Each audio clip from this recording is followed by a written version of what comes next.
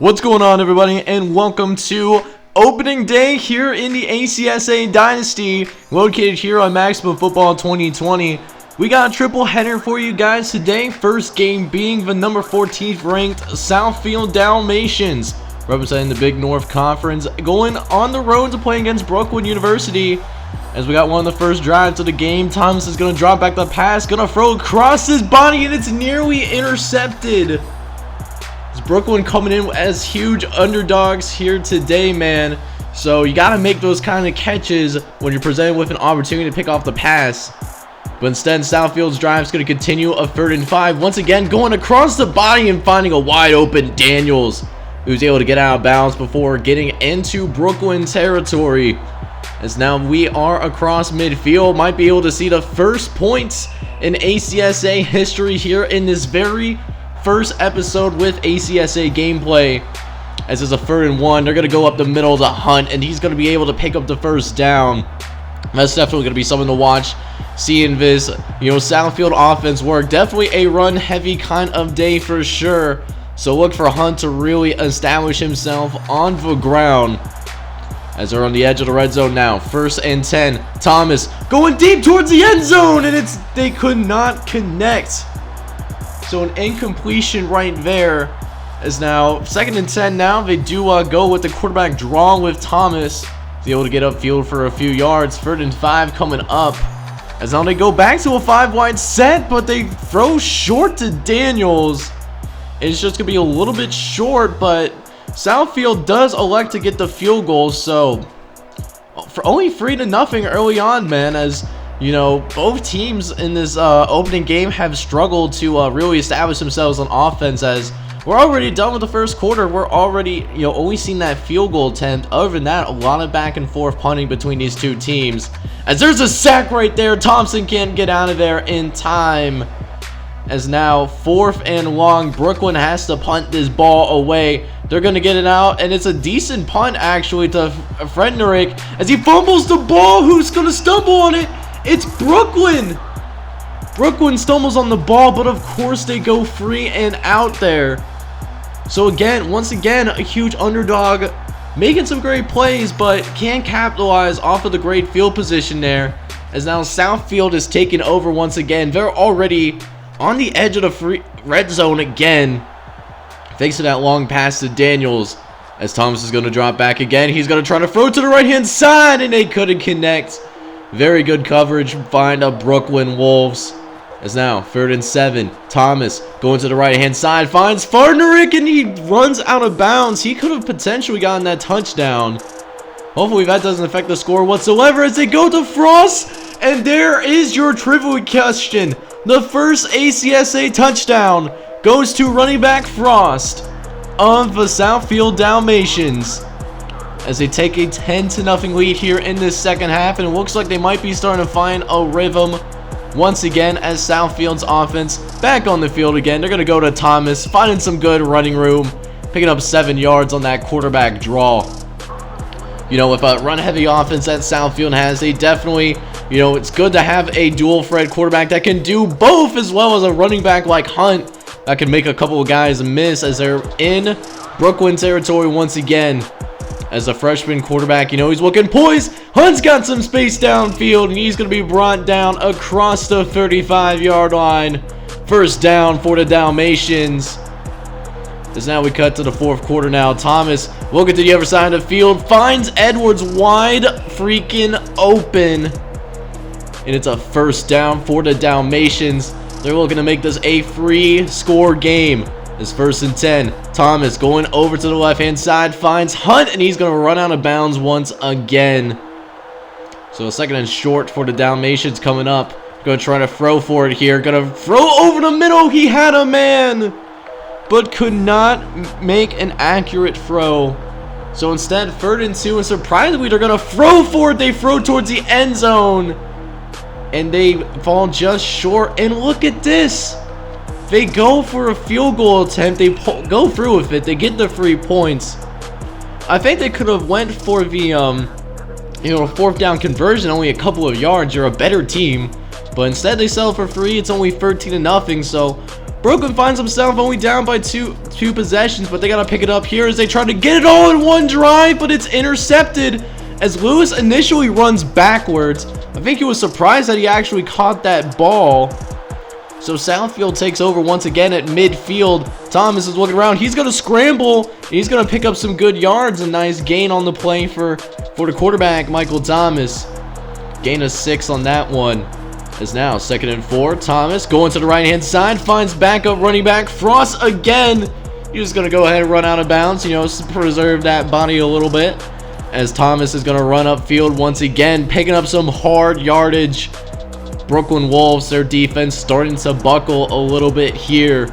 It's 3rd and short. Thomas looking around. He's got a clean pocket. And he finds Banks and he's in the end zone. Touchdown Dalmatians.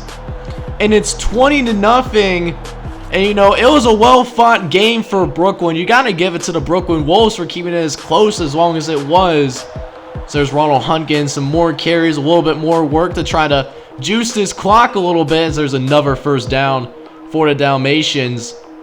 But yeah, a very close game for sure for Brooklyn. You know, they just got to focus on getting some more talent on this team.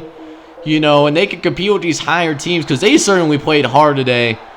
But now we see Southfield trying to run out the clock. They thought about passing it for a second, but Thomas fought better and scrambled upfield for a gain of 7 on that one. As they're just running out this clock now, trying to use the play clock. As they're going to pass it here, they're going towards the end zone, and it's caught for another touchdown. So something to make the stats look a little bit better, as Southfield is going to walk away with a 27-0 victory against the Brooklyn Wolves. Definitely a little bit of a slow start, but you got to love how this defense played to start out the season for the Dalmatians. Getting a shutout to start the season. Just got to get the offense going a little bit sooner. They can't afford a slow start in, later weeks when they play better teams, particularly in the Big North Conference later on this season. So now we'll get into game number 2 of this triple header, where this time we'll have the Lincoln Fighting Salt from the Big North Conference. We have another matchup again in the Midwest Conference, actually. One of the better teams in the Brandon Bears. Two teams that seem pretty evenly matched. You know, Brandon looking like a team that wants to compete for the Midwest Conference Championship. Meanwhile, Lincoln with a little bit more different expectations, looking to try to compete, just in this Big North Conference. As now they start with a punt, actually, and if there's a punt, something's about to go down here. As Lamato fields this punt. Don't know why he did that. Could have led it into for a touchback, but instead, in the back of their shadow of their own goal line on the 3-yard line. So you definitely hate to see that, as Porter nearly gets hit with the safety, but does just enough to get close to the line of scrimmage. But even with the decent pump, the Brandon Bears with great field position. This might be the first time we see a smaller college team taking on a Power 5 team and winning. As there's Dale going to scramble to the outside, pick up the first down. Going to be a nice little gain as Dale gets him to the 30. But a couple plays later, they try to go for it all, and it's incomplete. So we'll settle for a field goal attempt under 25, so this kicker should have enough leg on it. But that might not be the case, and it's short. The kicker couldn't make a field goal, a 40-yarder. It was short. As now Lincoln takes over again. Could be some points on the board for the first time as Richards makes the catch for the first down there in the red zone. As it's 1st and 10, ball in the 15. Porter going to try to throw over the middle on the slant route, but couldn't quite connect that time. As a couple plays later, 3rd and 11 now. Porter's looking around, going to try to throw the crossing route, but just couldn't quite connect. So Lincoln does settle for a field goal as it's 3-0. With Lincoln having the ball once again, a 3-and-out by the Brandon Bears. Definitely a defensive struggle so far in this game. As they'll go short to Smith. He's going to get out of bounds, but get across midfield. Maybe Lincoln finding their flow just a little bit on offense here as Mark Smith makes the catch. As Porter dropping back, going to throw across his body, finds Chapman. Gets to the 40-yard line. A nice catch on that crossing route that time. So now 2nd and 3. Porter going to go to the left-hand side to find Chaplin, who hurdles over the defender and gets hit soon after. Surprised he didn't get flipped in the air like a rag doll. As now 1st and 10. Porter going to scramble quickly with the pressure coming in his face. Don't know how he got out of that, but he turned into something positive. I thought he was going to be sacked for sure. As it's 2nd and short now. Porter going to throw it quickly, and it's nearly intercepted. He was open, but just couldn't get enough, velocity on that pass. But the Lincoln drive will still continue regardless, and they do end up picking up a 1st down. But their drive could stall once again. It's another 3rd and long. Porter's going to try to throw it, but can't make the grab. The linebacker coming in there and making that play. So it's another field goal for Lincoln finding salt. As Porter does have all the time in the world, and just neither team having a very, good time, trying to get any offense going. Midway through this 3rd quarter, only a couple of field goals. That's definitely depressing as they muff the fair catch and Lincoln falls on it. I don't know what happened there. He muffs the fair catch. So Lincoln's going to take over, and they have a golden opportunity to put some more points on the board. Let's see if they do it. 3rd and 9 coming up. Porter going to scramble. No, he's going to throw to Eniani. And it's well short of the 1st down marker here. Let's see what this Lincoln team does. And surprisingly, they're setting their field goal unit out again. They missed from 25. This is from the 29-yard line this time around. So I'm not sure if they're going to make this. Matter of fact, I wouldn't be surprised if Brand had somebody back to receive it. And of course, they miss it again. I don't know why they have confidence in this kicker. He clearly cannot kick very far. As now Lincoln, thankfully, their defense is playing solid because you're not seeing any highlights from the Brandon Bears just because they've been shutting them down like point blank. Not getting turnovers, but they are shutting them down, doing a pretty good job of that. They just got to get their own offense going here. As they don't go for it on 4th and 1. What are you doing? You have to get 1 more yard, but instead they punt. But look at this. Anderson fields the kick, and in the ACSA, you can field it from your own end zone for punts. But just keep in mind, if you get tackled in the end zone, it still counts as a safety, and that's exactly what happened. The Brandon punt returner tried to make something out of nothing. Probably should have just let it go, though. And now it's 8-0 now. And this is without any touchdowns. This is just a couple of field goals and a safety. As the Lincoln fighting salt, enjoying an 8-0 lead here. Porter's going to drop back and pass, and he tries to throw over in the middle, but it's nearly intercepted again. It's now 3rd and 7 now. Porter dropping back. Doesn't have much time. He's going to try to scramble for the 1st down, and he's going to be just shy. So Lincoln's going to punt this ball away once again. 3:40 left. There's certainly some time left. As Smith will go ahead and he does get the punt off. It's nearly blocked, actually. The Brandon kick returner fumbles the ball. Toomer recovers it. And an opportunity for Brandon to come back and win this might just be lost here, as now Lincoln's just going to go ahead and try to run it in. They don't get it. So 4th and goal now. They're going for it. You just need a field goal to make this a 2-possession game, but they want more points, and they do make the gamble play off. Lincoln taking a 15-0 lead, and Lincoln's just going to go ahead and kneel this one as they hold the Brandon Bears to just 200 yards of total offense. Couldn't get it going as they're a run-heavy team and just really struggle with the passing game as well. Lincoln going to win 15-0. And now for the final game of this triple header here in week 1, we got the Anchorage Tech Whalers going on the road to play against the Marbleton Cardinals. Both teams employing a balanced offense. They like to do a little bit of both with the passing and running game. As we're going to look at the featured players for today and like to mix things up. Don't want to do the broadcast camera for each individual game. So we're going to watch this game from a different angle, as it's a great throw to Piper, who gets down the sideline and does get out of bounds. A great gain to start this drive for the Anchorage Tech Whalers, as that pass nearly gets intercepted on the very next play, killing any progress that this offense has made. Is now 3rd and 8. Lacey Dropping back the pass. He's got time. He's going over the middle, and he finds Piper again. Inside the 5. What a gain for the Whalers. As now Lacey going to try to throw to the end zone. It's incomplete. Let's see what else Anchorage Tech has on its sleeve. As now, 2nd and goal coming up. Lacey's going to send a man in motion as they try to throw towards the other side of the end zone. That's also incomplete.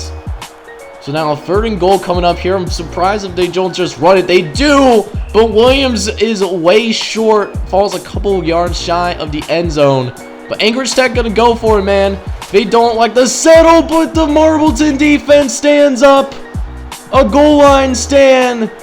And now we're still waiting for the first points to be scored. It's still 0-0 as Anchorage Tech is making plays, but look at this. The receiver fumbles it. Hughes recovers the play. And now Marbleton, let's see if they can make something happen here on one of their drives. Had an open receiver. They can't quite connect on that one. You know, two teams that aren't exactly the most talented on paper, and we're seeing that early on. Both teams with opportunities, and neither of them really taking advantage of it as we're still waiting for that first score. As it's 3rd and 4, they're going to try to run for it. As Smith barely picks up the first down, the drive will still continue for the Marbleton Cardinals. As now it looks like it might be a run again. No, it's just max protection, and they certainly needed it there.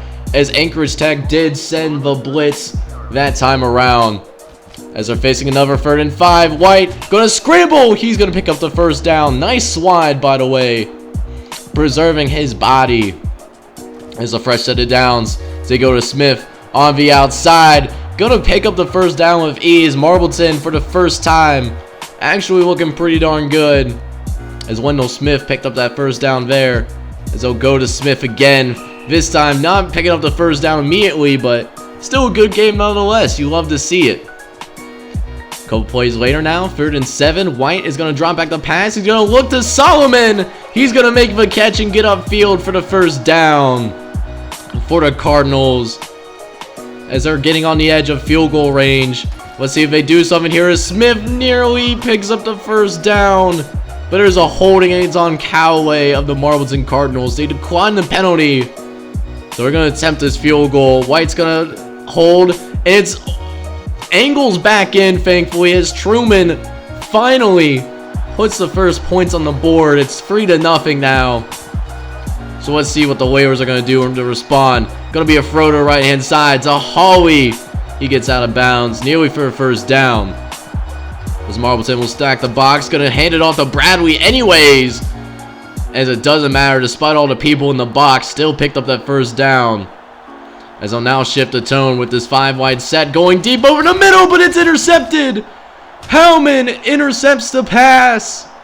Another turnover for this Marbleton defense, who has really answered the call. As it's given this offense a little bit more breathing room to operate. As, you know, defense is standing up, but can Marbleton get some more points on the board? You'd love to see that. As it's 3-0. 3rd and 2, going to a wide open receiver who drops the pass. That would have been a huge gain.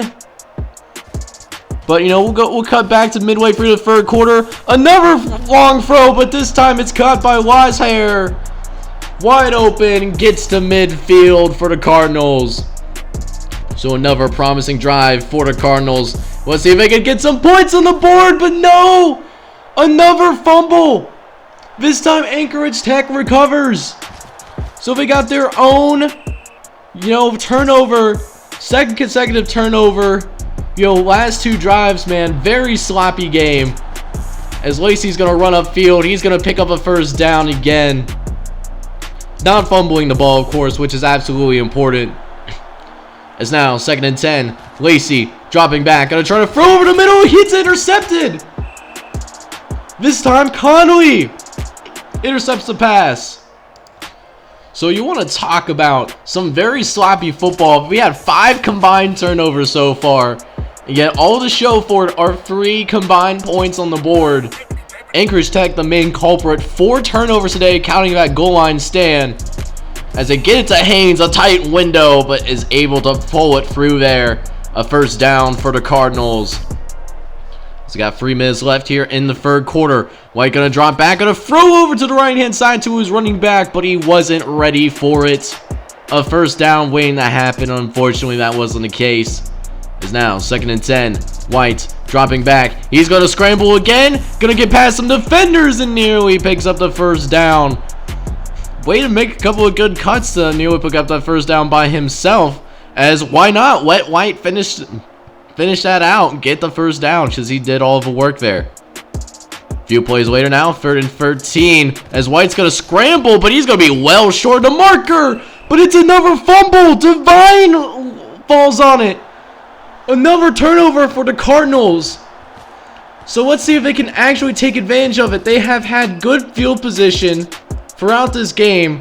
But whether it's turnovers or other miscues, they have not been able to put anything on the board. As now, 2nd and 8, going outside to Williams. Picks up the first down. Anchorage Tech looks like it's getting a drive together. Will they finally score? That's what I'm waiting for as they'll get to Williams. He's got the outside. He's going to cut it back in, and there's another first down. Right in the edge of the red zone. Is now 1st and 10. Lacey's looking, going to try to go over the middle. That's nearly intercepted. Just got to make better decisions, man. He was open for a second, but, just got to have better timing there. Is now 2nd and 10. Takes a bad sack. As 63 Conley gets a huge 10-yard sack. So they might be outside of field goal range now as Lacey drops back again. Tries to throw it to Piper. But look at this. He fumbles again. Turnover number 5 for the Whalers. This is absolutely ridiculous. I have never seen this many turnovers in a football game. Neither team wants to win. Neither of them deserve to win, to be honest. But yet here we are up 3-0 as Solomon does make the catch off the deflection. As now 3rd and 9. White's gonna try a QB draw. Don't know what they were trying to do there. As he does eventually get brought down. Looks like he didn't realize he was down. So they punt it away. Bartleton has it again. 6 minutes left. Gonna try to run some clock. Or at least that's what I would do at this point. The offense just has not been working whatsoever today. It's been disgusting. As Smith runs to the outside and it's fumbled again. Wallace picks up the fumble. And with 4.5 minutes left, Anchorage Tech has a chance to make a play. They're going for it. Oh, and it's incomplete. He had a man downfield. He just overthrew him. So now 3rd and 10. Lacey going over to Johnson. Has to slow down to make the catch and didn't get his momentum going in time. So they're going to trust the defense here. 3 minutes left. Why not? It's been playing pretty well. They do get him to a 3rd and 9. As they need to get this first down stop here. White's dropping back. Going to throw to the right. And Anderson picks up the first down. That could potentially be a dagger. As now makes the clock run more. As they go over the middle to Wilson. Interesting that they're passing the ball, but they're completing the passes. So the clock will still continue to run here. It's 3rd and 1. They need to make the stop, and they don't get it. Smith finds plenty of running room to pick up the yardage needed to get that first down. As White's going to continue to hand it off to Smith. He's just going to continue to ice this game. Another first down. Really surprised that Anchorage Tech is not using their timeouts right now. If they're only down by 3 points, they're not using any of their timeouts whatsoever. And it's because of that they're going to let this game slip away. Marbleton wins this game 3-0. Or at least that's what it could happen. Unless they do something with this punt return right here. As they let it go out of bounds. So one more chance here for Anchorage Tech. Unless something changes here, Marbleton's going to win this game. You think they're going to go deep, but no, they call a crossing route to Evans. Try to get something going, but that's not going to be the case, though. As Marbleton's going to walk away winning this one 3-0. An extremely sloppy game that neither team deserves to win, to be honest. With the final game played for today's episode, let's go ahead and take a look around the ACSA to see, what notable games happened, but in terms of, how these top 25 teams that were in the preseason did, as well as some blowouts that may have occurred, in the ACSA in this early part of the season. So first and foremost, we have Bluffton Tech, and you can already tell they're pissed off about being only regarded as a number 9 team in the nation. They go out and blow out Central Tech to smithereens, winning 63-0 in a very convincing win for the Bluffton Tech. Meanwhile, for the number 12 team, you can't say the same, as Eastern Pennsylvania does narrowly defeat the Montana State Helena Miners in what was almost a huge upset for this unaffiliated football team. You gotta wonder how Eastern Pennsylvania will work it out over the course of the season. Definitely something to watch for. Detroit State, meanwhile, did take care of business going on the road to play against the Minnesota State Tin City Beavers, winning 39-9. The University of Iroquois also take care of business going on the road to play against South Bend Tech. They win very convincingly by a final score of 33-0. You love to see if you're an Iroquois football fan. Speaking of blowouts, we have DeKalb A&M, home of the Barbs, defeating Kearney College 33-3 in what was a very convincing road showing for DeKalb A&M. Meanwhile, David Crockett did defeat the Nashville Generals in 39-3 in a great win for them. Texas Catholic, however, did struggle quite a bit against Houston Tech, but they did pull out the win at the end of the day, winning 18-6. Meanwhile, Clinton College in Oklahoma just tears apart the Sycamore Aviators, winning 45-3, a huge win on the road for these guys. Speaking of huge wins, we have Southern New Mexico coming in number 18 in the nation, living up to the hype so far as they easily defeat the Vienna Patriots from West Virginia. They win 45-6 on the road.